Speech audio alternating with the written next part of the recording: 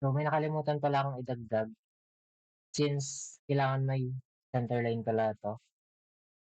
So, ang gagawin lang para sa centerline is dito lang tayo, mamimili sa apat. So, itong centerline, puwede natin gamitin dito. So, select lang natin yung gitna nito para pantay siya. Yan, dulo to dulo. Oops, nawala.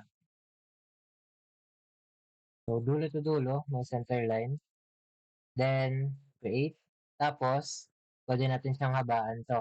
So, select lang natin then stretch natin 'to, yan. So, pati yung kabila habaan natin, yan. Tapos dito rin may centerline tayo.